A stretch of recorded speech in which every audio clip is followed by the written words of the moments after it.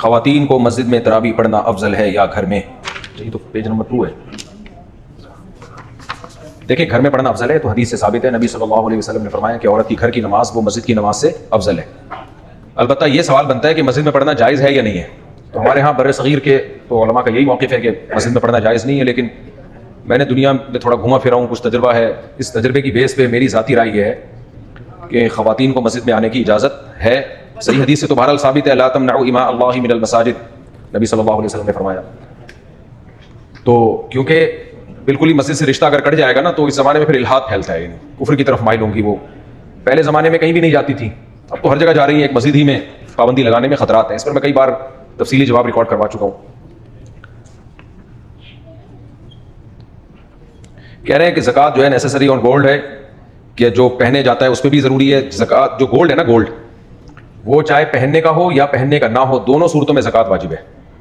فقہ حنبلی میں نا، جو سعودی عرب کے علماء چونکہ اکثر فقہ حنبلی کو فالو کرتے ہیں، تو ان کے نزدیک استعمال کے زیور پہ زکوٰۃ نہیں ہے.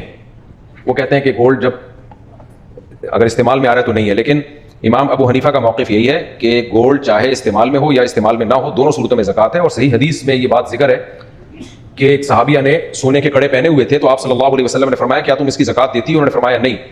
فرمایا کیا تم یہ چاہتی ہو کہ اللہ تعالیٰ قیامت کے دن اس کے بدلے میں آگ کے کنگن پہنائے تمہیں؟ تو وہ تو استعمال میں تھا نا، وہ تو زیور کی شکل میں تھا.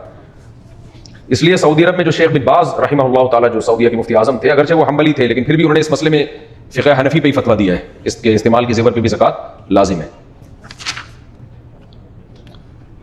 کہتے ہیں اگر آپ کی بیگم جاب کرنا چاہتی ہے تو کیا اس کے husband able to forbid her from doing this? میاں بیوی کا معاملہ ہے آپس کا. میں تو صرف آپ کو یہ بتا دوں گا کہ اسلام میں عورت کا کام ہے کھانا، آدمی کا کام ہے کھلانا، تبھی اس کو آدمی کہا جاتا ہے. اب آپ لوگ کیا کہتے ہوں گے مجھے نہیں پتا. بہرحال ذمہ داری مرد کی ہے. آگے بیگم جاب کر رہی ہے کہ ضرورت سے کر رہی ہے، وہ آپ جانے بہت سی چیزیں یہاں کے قانون کے بھی خلاف ہیں. تو یعنی یہاں تو میرا خیال ہے پرمیشن نہیں ہے، شوہر بیوی کو روک نہیں سکتا اگر وہ جاب کرنا چاہے. لیکن بہرحال اسلام میں یہی ہے کہ مرد کمائے گا، بیگم کھائے گی. میں خود اسی اصول پہ عمل کر رہا ہوں، اور جس کی وجہ سے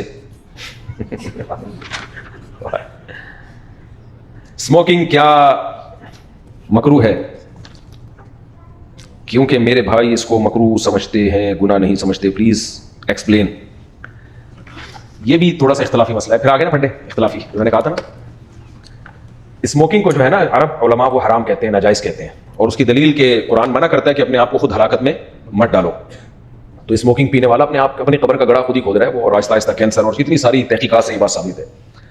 ہمارے یہاں جو بر صغیر کے علماء ہیں وہ اس کو حرام نہیں کہتے، مکروہ ناپسندیدہ کہتے ہیں. وجہ اس کی ہے کہ دیر آر 2 ٹائپس آف خودکشی. خودکشی کی کتنی قسمیں؟ 2 قسمیں. دونوں کو سیم حکم نہیں لگے گا. شریعت میں ہر چیز کو اس کے حساب سے ناجائز کہا جائے گا نا. ایک خودکشی یہ کہ آپ جا رہے ہو کھمبے سے جا کے چپک گئے، یا کراچی میں آپ کسی ڈمپر کے آگے بائک چلانا شروع کر دو، تو بس پھر آپ کو گھر پہنچنے کا موقع نہیں ملے گا، وہ آپ کو اسٹیکر بنا کے نکل جائے گا. تو ایک خودکشی ہوتی ہے جو آپ فوری طور پر اس کا نقصان سامنے آ رہا ہے، کرنٹ سے آپ نے زہر پی لیا، یہ خودکشی الگ ہے. ایک خودکشی وہ ہے کہ آپ خوراک میں بے احتیاطی کرتے ہو. مثال کے طور پر جو مٹھائیاں لڈو مڈو کھا رہے ہیں، ڈاکٹر ان کو بھی کہتے ہیں تم خودکشی کر رہے ہو، لیکن اس خودکشی پہ وہ احکام جاری نہیں ہوں گے جو اس والی خودکشی پہ ہوتے ہیں.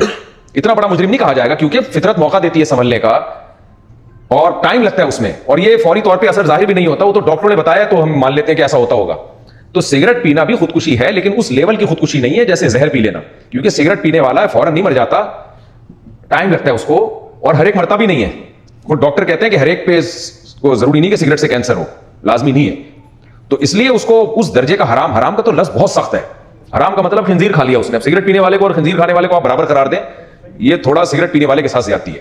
تو اس لیے ہمارے ہاں علماء نے ایک معتدل رائے، میں سمجھتا ہوں یہ معتدل رائے ہے کہ مکروہ ہے، ناپسندیدہ ہے، بری چیز ہے، چھوڑنے کی کوشش کریں، چھڑوانے کی کوشش کریں. بہت سے کام حرام کی قرار دیے بغیر بھی ہو سکتے ہیں. حرام کا لفظ ہے اسلام میں سخت لفظ ہے، یہ بہت سخت. زنا حرام ہے، شراب حرام ہے، سود حرام ہے، یہ بہت سخت لفظ ہے.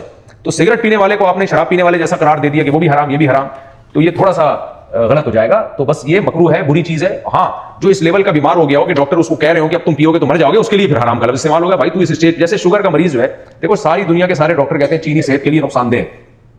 بلکہ میں آپ کو بتاؤں کینسر کے ایک اسپیشلسٹ ڈاکٹر سے میں نے خود سنا ہے کہ سگریٹ سے زیادہ چینی نقصان دہ ہے.